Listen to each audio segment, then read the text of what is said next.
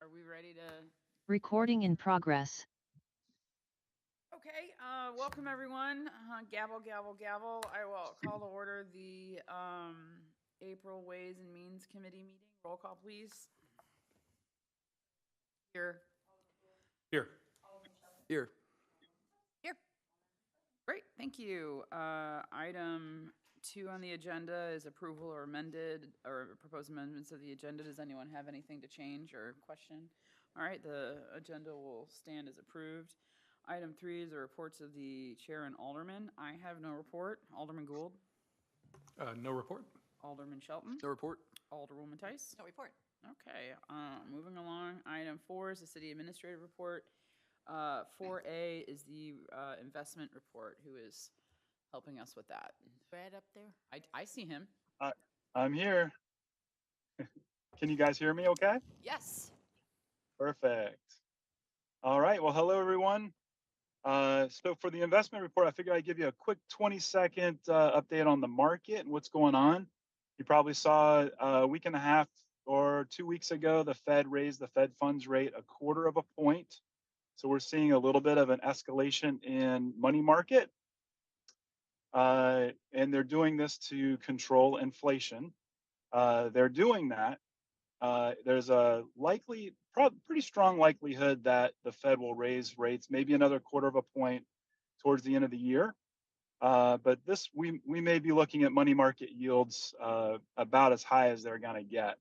So that's good for anybody that might be looking to buy a house or a car or something like that. Eventually, these rates will unfortunately come down for investments, good for borrowing. So for the investment report, there are a number of bond reserve fund accounts that we manage for you guys. If I go through just the short report that we prepared for BOLA, the 2014 COPs, they have earned from inception to current 43,718. The 2015 TIFs, 18,000. The 2017 reserves, $134,000. The 18 reserves, 215, almost 216,000. The 18 project funds was fantastic, and that's $1,559,000. The 2019 reserves, remember you issued those right before COVID, and that's why the 19s are a little bit more painful to look at.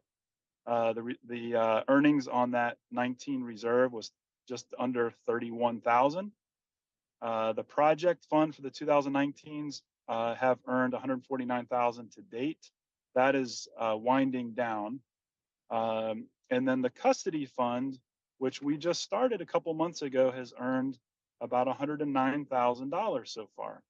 So month over month, we're looking at an average of about $60,000 in interest earnings for a total of $2,260,884 to date. So I'm happy to report with these higher interest rates and active investments, you guys have earned quite a bit of money there with the city. I mean, I think that's great. Is there any risk or concern as we look to the future, knowing some of these the Fed's raising the rates and then banks kind Right. of struggling? What kind of risks do we have here as we look toward the future, and Sure. should we adjust anything? Good questions. Well, the reason why some of these banks faced some hardship, if you will, is they were, they can take bank deposits and go do basically whatever they want with it. They can loan them out 8 to 10 fold on per dollar that's invested or per dollar that is deposited. Um, or they can invest it themselves. And in the case of Silicon Valley Bank, they bought a substantial amount of longer term bonds, which are safe investments. It's just that when people want them out and the value is lower, that creates a huge liquidity problem. And that's what was the cause of concern for them. For your securities, you own U.S. Treasury bonds, U.S. government agency bonds. You don't own holdings in any bank or have any concern whether, at least with these funds, anything, any bank has any kind of hardship because these are fixed rate of return, fixed income investments of the U.S. government. So I don't think there's anything to worry there. Although we are in a pretty unprecedented time with bank issues and tackling inflation with these higher rates. Okay, thank you. Do you have anything else to report? That's all great news. I don't, unless there are any other questions or Bola would like me to address anything. I'm not seeing any. So thank you for that very good update. And Okay. we'll see you hopefully soon with continued good news. That's right. Have That's a good right. one. Well, thank you. I appreciate your time. Thanks, Brad. Item 4B is financial statements. Packet is the revenue and expenditure statement for the months of January and February. Nothing too exciting to report. Early in the fiscal year, which is reflective in how we are not spending money. However, the good news there is that sales tax right off the bat is doing really well. That's because we're capturing the holiday season.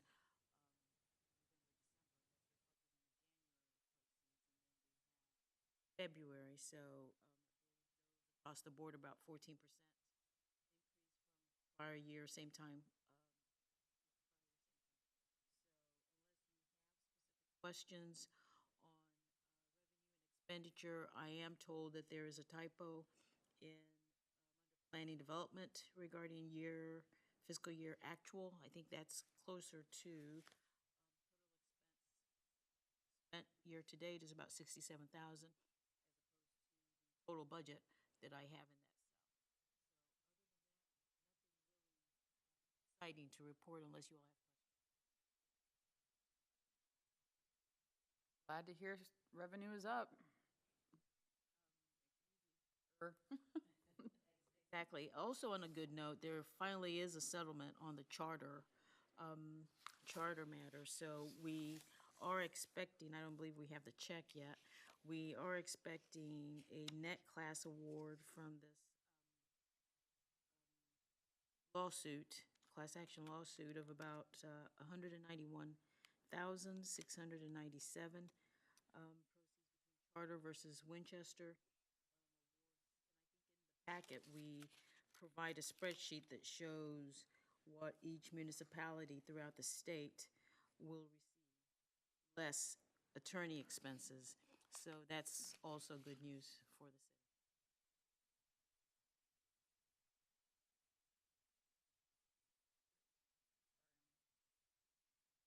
Trying to click back. Okay, great. Thanks, Paula. 4C is the year 2024 proposed budget timeline. That time year again.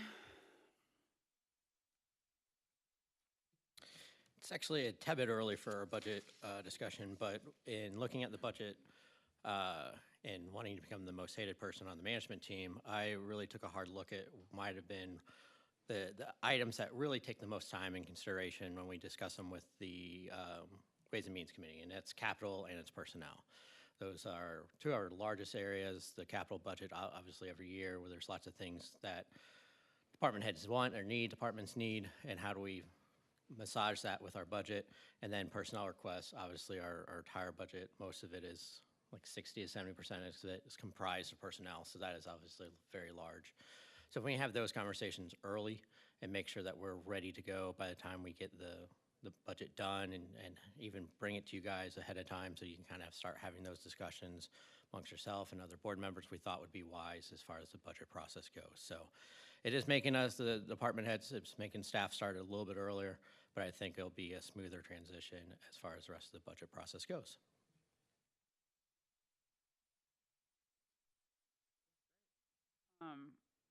I don't know if it's, I don't think it's ever too late to plan ahead, or early, I meant to say. I just in looking at the, not really realizing it, I'm going to be out of town July 6th meeting, which would be July.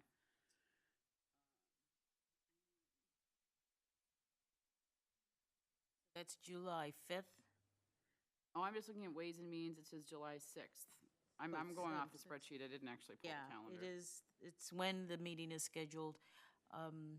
We don't have to meet that week. We could meet I'm look at fine. your calendars. I mean, I'm fine to do that. Unless everybody's traveling, right? Yeah, I mean, I'm going to be in Wisconsin for the 4th of July. There, you're the first to learn. So, yeah. So I get a What chance would you to- all like us to do? Do you think you need a July meeting? Or can we, I am fine to bump to the 13th. If you want to do that tentatively, if it's too early to tell, Public Works on the, oh, sorry, okay. I mean, I could do the 12th, too. Why don't we take a look at the calendar, the city calendar, Okay. and then Kelly, we can reach. we're doing this, I will miss the October meeting, which is Yeah, when we let's just- start yeah, let's just- doing budget. Let's So if just we're get it already, out there. That's why I like to start early. Never too early to plan ahead. It's never too late to plan ahead. And I'm sure it's just a typo, or maybe not. The August meeting is noted as August 4th, and that is a Friday. Yeah, don't quote me on all these dates. Okay. Kelly mentioned that I might have missed one or two, so I was trying to get this ready for staff, and Bill's like, let's bring it to Ways and Means. I'm like, perfect. And I should have checked the dates one more time. So I'll double check the dates. Yeah, no, I mean, in my mind, the week of the first week. So, otherwise, July 6th, 5th, is that right? yeah, October 5th. October 5th, yeah.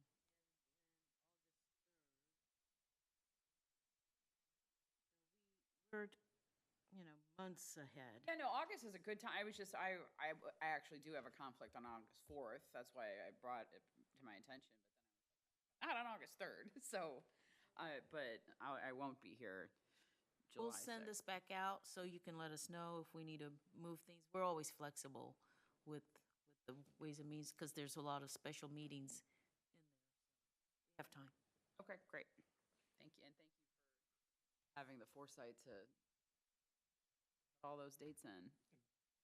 Just a heads up that I should be here for the June 1st meeting, but I'll be traveling back from my son's first college orientation, so I think I'll be here, but I just giving a heads up that may be something that I might not be able to make, but.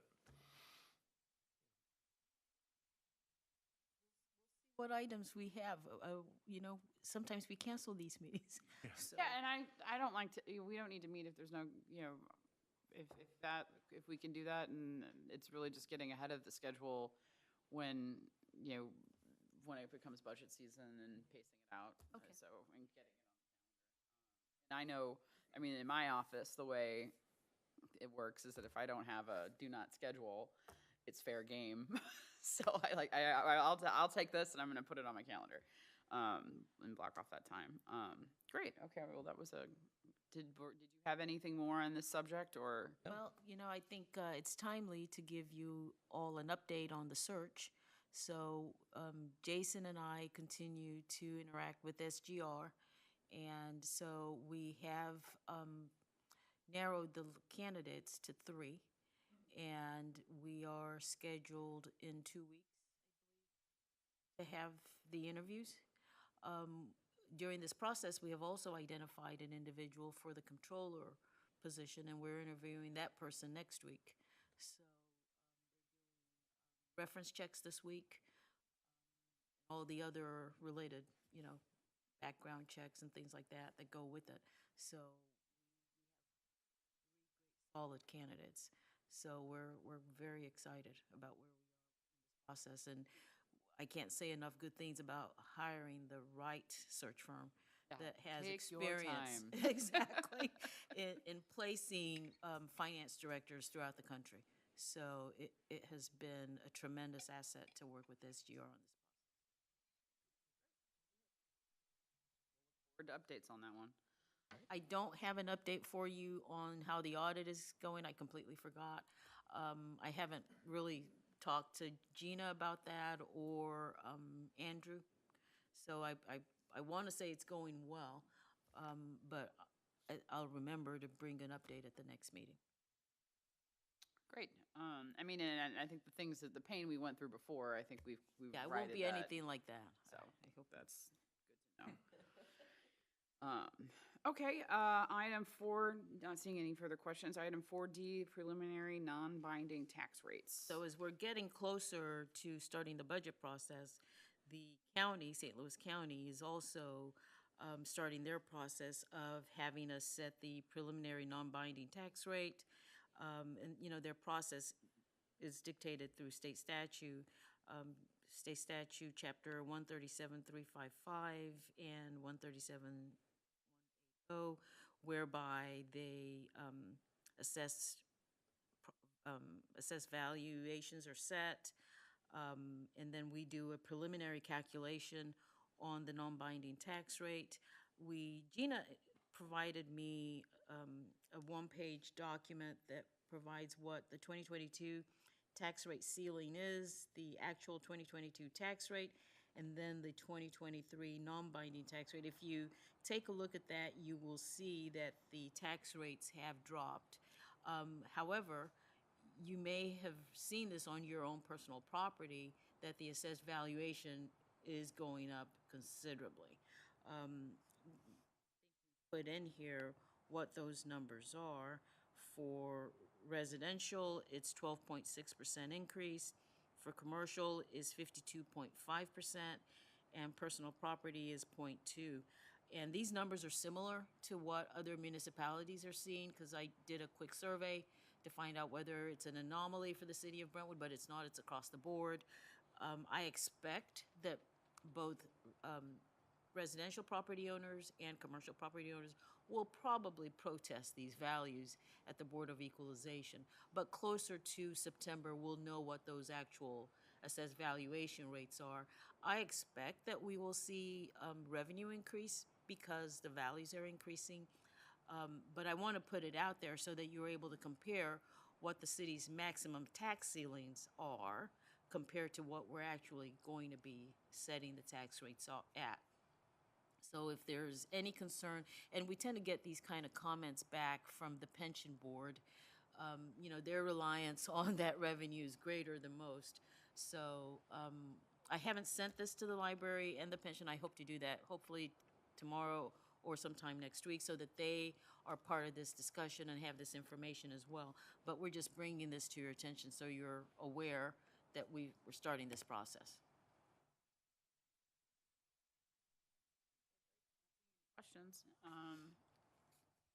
4E, the Meridian at Brentwood Tax Increment Financing Bond Series. I'm not reading all of that. Yeah, Item so 4E. it's all good news. This TIF is going to be paid off on May 1st, I believe, May 1st of this year. In talking to the developer, Don Music, He says that the last payment is already in escrow account, and so it will be paid off, and then there will be a calculation of what the balance is that each of the taxing entities will receive, and Gina's gonna do a calculation on what we can look forward to receiving for the remaining 7 months, and then all of next year. So when we have that number, we'll give it to you. This TIF district has done well. It's paying off on schedule. And even though there are some vacancies at this district, Bed Bath & Beyond, Lazy Boy, the AAA office, the developer tells me that he's not particularly concerned. He expects to be able to fill those vacancies in short order. And he's also looking to recruit a new big office tenant, hopefully, into his development district. TIFs have worked well. They've worked fantastic in Brentwood. So that's the update on that. That's funny. I'm older than I think I am. I think when I first joined, we were talking about that.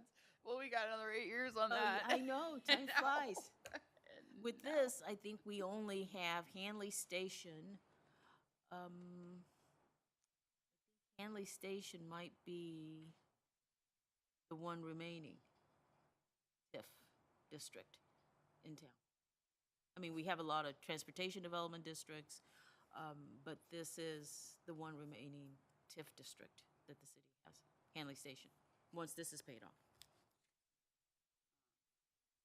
Okay, that's, I'm not seeing any questions. That's it on section 4. Section 5, I'm not seeing anything on that category. Section 6 is the consent agenda, which just contains approval of the meeting minutes. Motion to from- approve? Second. Oh, all in favor? Aye. There you go, that's approved. We have no old business. Item 8 is new business. 8A, the Brentwood Park marketing update. Got that. Eric?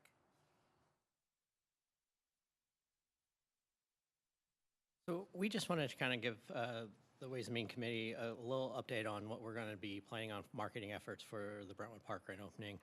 And I won't go through everything. Everything's kind of listed in the memo, but we really took a look at this in 2 different ways, kind of a local marketing effort and then really a regional marketing effort if we wanted to kind of try to track in a regional audience, saying that we expect this to be a regional park. And so I will highlight some of those things. If we wanted to do some of those stuff, that could be things like digital billboards you see on 40, 55, 44. We can kind of get throughout the whole community. Our marketing person's been looking at the prices of that, and you can get 9 billboards for about $10,000 for the month of May getting into the event if we want to do something like that. You can do print with magazine and newspaper, radio. You can do anything from Hubbard, which has kind of the highest rated radio stations in St. Louis with 101, KCE, The Point, and WIL, to KMOX. And even if you think about KMOX, you could even do KMOX during a Cardinals baseball game and get even a broader audience. When you think television, you can do stuff on any of the local newscasts during the 10 o'clock news or morning newscast and get some decent coverage if that's what we want. Again, the highest rated TV show usually on most nights during the summer is Cardinals baseball. So we could obviously look at Bally Sports and try to get an ad for that. And then there's some different sort of what we call unique, scoreboard mentions at a ball game if we wanted to do that. I harken back to skywriting, and we saw that in Brentwood Days one day when someone announced their candidacy for mayor. The Metro bus wrap, just saw one the other day. Today, actually, movie theater ads. If you've been to a movie theater lately, they have the ads before the show now. If you think of in May, Little Mermaid's coming out in May, so that's a high priority or high profile movie. Guardians of the Galaxy Volume 3 is coming out, so there's some pretty big movies in May if we want to do something like that. And so, and some other things. So this is just kind of, more than anything else, to kind of show the kind of breadth that we kind of looked at. Excuse me. You know, what we did is when we were looking at this, we budgeted for the local marketing effort. So when we talk about an ad in the Pulse, an ad in the Webster Kirkwood Times, a direct mailing piece, we have that all covered within our budget. So we're covered with that. It's when we really started about talking, do we want to go of a more regional outlook, then that's kind of outside of our scope. So if we wanted to go regional, what staff did with the help of Janet, the communications manager, is kind of prioritize what we thought would be the best bang for our buck. And we went digital billboards, print, especially things like, we want to do the Post. We like St. Louis Magazine, the Business Journal, those things, those type of places that you'd see things. The movie theater, and then radio, television, the bus wrap, and kind of down for. So the question really is, what is the thought of the committee? Do we feel like we should go a larger regional push? If so, how do we fund it? The easiest thing is in talking with Bola is we talk about Brentwood bound contingency. As we know that it's dwindling and dwindling, but we could still kind of use some of that money for it. And really, if you guys said, if it's something the committee wanted to do and said, yeah, spend up to X amount of dollars, and we can kind of prioritize that and get moving. So we have started kind of the local stuff now. What we really think is, you know, you'll start seeing pieces come out through social media, through print and some of those things and those type of things, but really we're going to hit hard late April and throughout the entire month of May. So we'll be, and when we say regional, I mean, we'll be doing things as part of our local effort that might get a regional outlook. So we'll be talking to news stations to get them hopefully to come out and do an interview with the mayor, kind of walk through a preview of the park. We'll kind of do those things, morning shows. We'll try to get on the morning shows too. So I'm not saying we're not going to try to do anything that's not regional, but if we want to do something specific that does cost money, that is why we are here tonight. First Well, question. yeah, I mean, the first question I would have is, seems like this would be a good topic to bring to the communications committee to have that sussed out as far as what's strategically the right thing to do and what we, you know, from a direction should come from that committee. And then as far as whether or not we can afford it or where we're going to fund it, I just don't know that. I just think that this should come to the communication committee, as far as I'm concerned, first, to have a discussion about the strategy of what type of communication we want to have for the grand opening. Secondly, I mean, as far as a budget standpoint goes, I mean, I get that the general opening of the park is a big thing, but I think it's probably more regional for now, and I would almost personally, I would probably look to save some budget to then do a large opening and, you know, festivities around the playground, and that's when the park is totally finished. And the playground will become, in my mind, more of the draw for, you know, people all over the region. So that would be my suggestion. But again, I'd be happy to take this up at communications committee if that's something that, unless this board wants to do something with it. Yeah, my questions were similar, like what are the plans for the playground opening? Because in my mind, that makes it regional. Like we went to O'Day Park and Veterans Tribute Park to see their playgrounds. We didn't go because it was a huge park. So that was my first question. And then it also seemed, I should have thought this and think about the communications committee, but I sort of thought, well, 2 months to like wrap your head around what a strategic communication with this much money is seems sort of short. So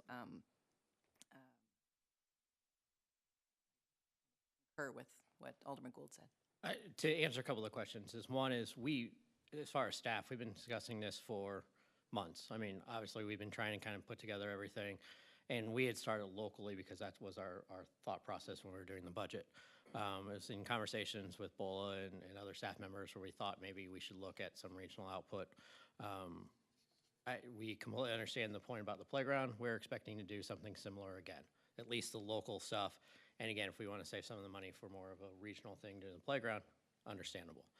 I think in talking to Bola, when we talked about which committee this should go to, there was a lot of discussion about which one. Could have taken it to any committee, honestly, because Public Works talks with the parks, the communications, with the marketing, but money obviously comes here, and I think you guys were lucky because you were first. as far as in the month. So I think that's kind of why we fell everything kind of fell this way. On that, as someone who marketing, it seems like a lot of money, and it seems like a lot of advertisement that may or may not need it. That's my initial untrained reaction, and I would defer to. I don't know, as much as I'd like to see, our mayor's face on the side of a bus. I don't know if that's, the kind of thing, people are going to see the park anyway, and dip into contingency for what is almost $70,000. When I saw the numbers, I kind of bristled. Yeah, and I don't think the idea was that we said our recommendation was to do everything. I think what we try to do is provide the menu of things that could be done and the price for that. And when you think about things like radio, which is 10 to 20, it also would depend on what you do. And so again, that's a large conversation, because if you want to do a morning show on Hubbard, that's going to be a decent amount of money. If you do evening on Hubbard or something like that, it's less money. Camel X, we just talked about. Morning drive, Cardinals game are going to be your two highest price points. Everything else kind of comes down to a different price point. So again, we're ready. In fact, we're moving on our local marketing effort.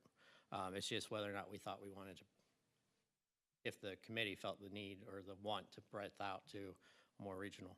So am I understanding correctly that what we budgeted for, we're doing? This Yes. is over and above. Correct. And we have to make it a recommendation as to whether we should go over and above. Correct. And use the contingency. Yeah, I'll agree with whatever, and I know nothing about marketing, first and foremost, but I agree that the larger park is the bigger draw, and I think to your point, the TV seems like a regional draw that we're working on that avoids this expense, which we can kind of kill two birds with one stone in that aspect. So I have never looked into anything, but I was surprised that that's how much a billboard or anything like that costs, and I get what you're saying about it could vary depending on what we're looking to do, but I think the local things we're trying to do almost have a little bit of a regional overlap, like you're saying, which I think we would be comfortable. I am comfortable thinking that gets out. yeah, the one thing, again, I don't know if it interests anyone besides Alderman Gould and myself, but when you look at the billboards, it was about $1,000 for the month for a digital billboard, which we think has a higher quality look and feel to it. The billboard at the corner of Hanley and Manchester, it was $1,500 going east into Maplewood. It was $8,000 going west into Brentwood, which I thought was just kind of interesting as we kind of talked about those things. Like, why the difference? I don't have a good answer for that, but possibly. I mean, you do have a better visual. Whatever visual. exposure, yeah, optics and I think you do see exposure. that side going north-south, too. Vehicle count is higher, too. Right. But with that, does it make sense to spend $8,000 on a billboard that they're gonna, for a park, drive by seconds later? It's not our recommendation, but we wanted to at least present the fact that we looked at that. Well, and that's, I guess, why I think, again, this is a pretty good conversation for Communications Committee to take up and say, okay, are there some things on here that from a tactical standpoint that we feel would be a good use of funds, and then bring it to this committee for, approval of funding. And then these are the costs, I assume, for just the media buy, right? Not the design. Who would be doing all the design work? Yeah, it depends on which thing. I mean, if we talked about a TV spot, Right. yeah, we would probably, and we told people we would need help with that. And there would be something, whether it's Creative Arc or someone else, Right. kind of help us with a So script. You're probably looking at another 15,000 for creative content to be done. We had our own ready to go. We want to bring back Becky from Becky's Carpet and just have her, instead of the arch, fly over the new park. We could do that for a couple $100. We got it ready to go. We can do some CGI. I mean, Make her look like she's flying over the. we did think about it, yeah. Oh my Little God. retro ad there. Okay. making me Sorry. itch. Well, the recommend, so this, you say this is informational, so can we kick this over to communications? I mean, I agree also with what I heard too, that I think when the play planet is done, like, that's I mean, that's gonna be because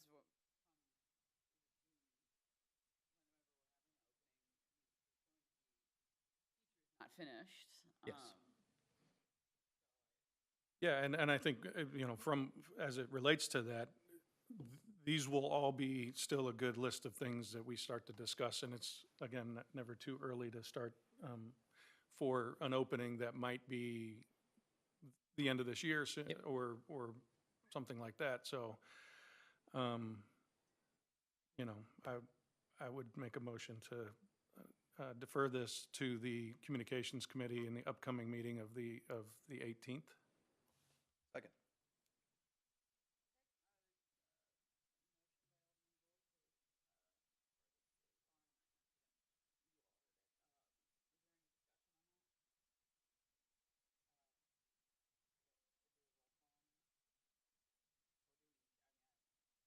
Yes.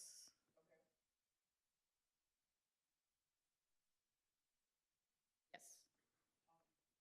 Yes. Yes. Yes. Great, thank you. Thank you. Okay, the next section, is section 9 is citizen comments. Do we have, I'm not seeing anyone not on the city's payroll in the gallery. Is there anyone online? Okay, so seeing no one desiring to make a citizen comment and seeing no further business, this meeting is adjourned. Thank you, everybody.